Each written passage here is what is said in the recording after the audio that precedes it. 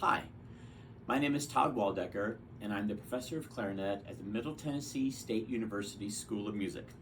Thanks so much for joining me for these mid-state audition tricks and tips and advice.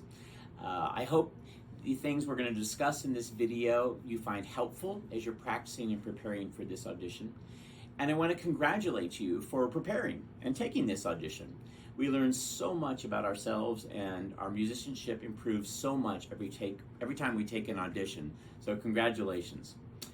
I want to go over a few points that could help you, that the judges are definitely listening for in your performance. And then I'll follow that with a performance of the audition excerpts, both at performance speed and a slower speed, so you can practice along. But let's get down to the things here that judges are listening for. Number one is your tone, your sound. Judges do not care how fast or high or loud you play if you don't play with a good sound. So play with the best tone you can at all times. Use adequate air, a good stable embouchure, and your best reed. You want to always play with a great tone. Number two, steady tempo. Judges are listening for a steady tempo. It's better you play the entire piece slower and steady than play it faster and have to slow down at the hard parts and things like that. As soon as you begin playing, the judges behind the screen begin to keep the tempo. And so whatever tempo you start is the tempo they expect you to keep the entire time. So you'll need to practice daily with a metronome. Daily with a metronome. Also, I encourage you to record yourself and listen back and see if you really are keeping a steady beat. Steady beat is an objective thing that judges listen for, and it can either get you lots of points or cost you lots of points.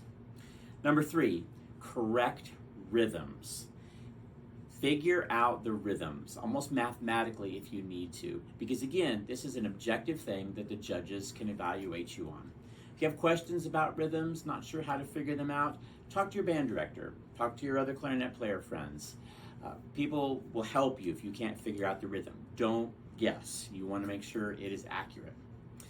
Number four, note accuracy. Well, this is kind of a no-brainer. You want to play the right notes at all times. If you have questions about funny notes, ask someone. I know there's some double sharps and some strange things in these pieces this year. They're trying to trick you and trip you, so ask for help if you're not sure what the pitches are. Number five, articulation.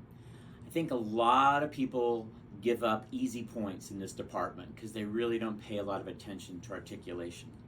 You must be very, very deliberate with articulation. The judges cannot hear your intentions. They can just hear what's coming out of your clarinet. You do not want to mumble. Slurs need to be clean slurs, articulations clean, staccatos clean, legato tonguing clean. Again, record yourself and see if your intentions are really coming across in your performance. Next one, intonation. Tune your clarinet before you begin practicing. If we get used to playing out of tune, that's how we're going to perform. So tune up your clarinet. The judges can hear if you're playing out of tune. Next category, dynamic contrast. Again, the judges cannot hear your intentions. They want you to demonstrate what's on the page. So when you see a forte, go for it. When you see piano, go for it. But remember, always keep a beautiful sound. That's the most important thing. And the last thing to think about is the style of the piece. This can actually make it more fun for you to practice and perform. So when I'm playing a piece, I try to imagine, does it sound like a video game battle? If so, play it with a lot of energy like that. Does it sound like a lullaby? And I try to play it like that. So it's fun if you can kind of attach a style to the excerpts.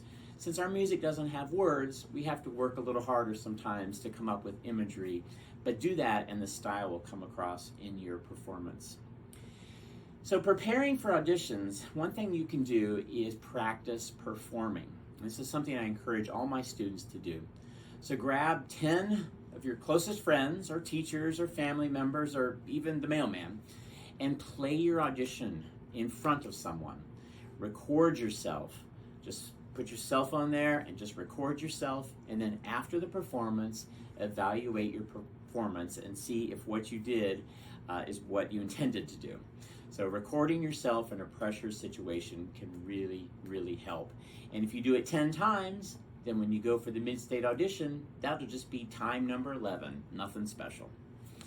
So I hope these tips helped you a bit, and now let's get on to the performance of the excerpts. Here's the 9-10 technical excerpt at a performance tempo of quarter note equals 102.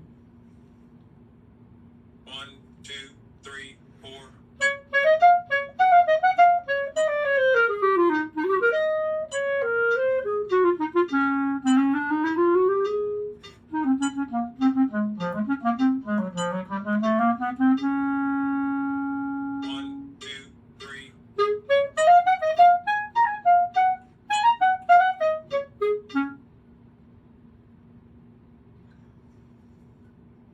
Here's the 9-10 technical excerpt at a practice tempo 20 clicks slower, so the quarter note equals 82. 1, 2, 3, 4.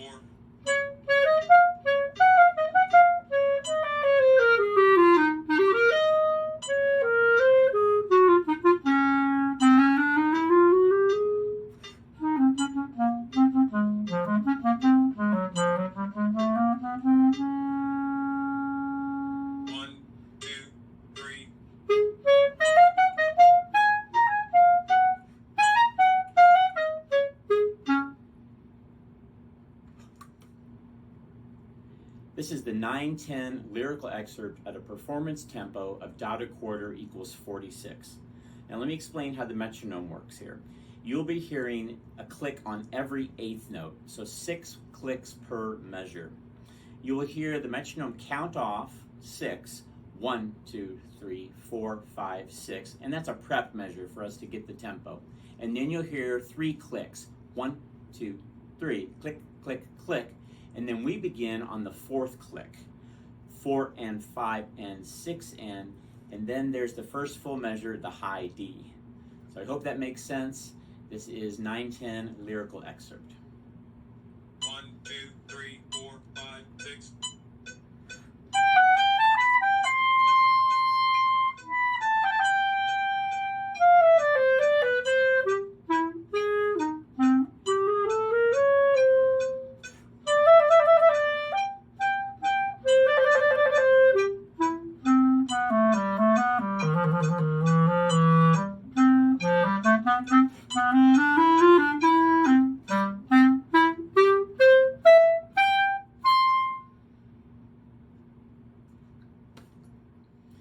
This is the 9-10 lyrical excerpt at a practice tempo of dotted quarter equals 36. Again, you'll hear a click on every eighth note, so 6 clicks per measure. You'll hear 1 preparatory measure where the metronome talks to us, 1, 2, 3, 4, 5, 6. Then you'll hear 3 clicks, click, click, click, and then we come in on 4, 4 and 5 and 6 and high D. 1, 2, 3.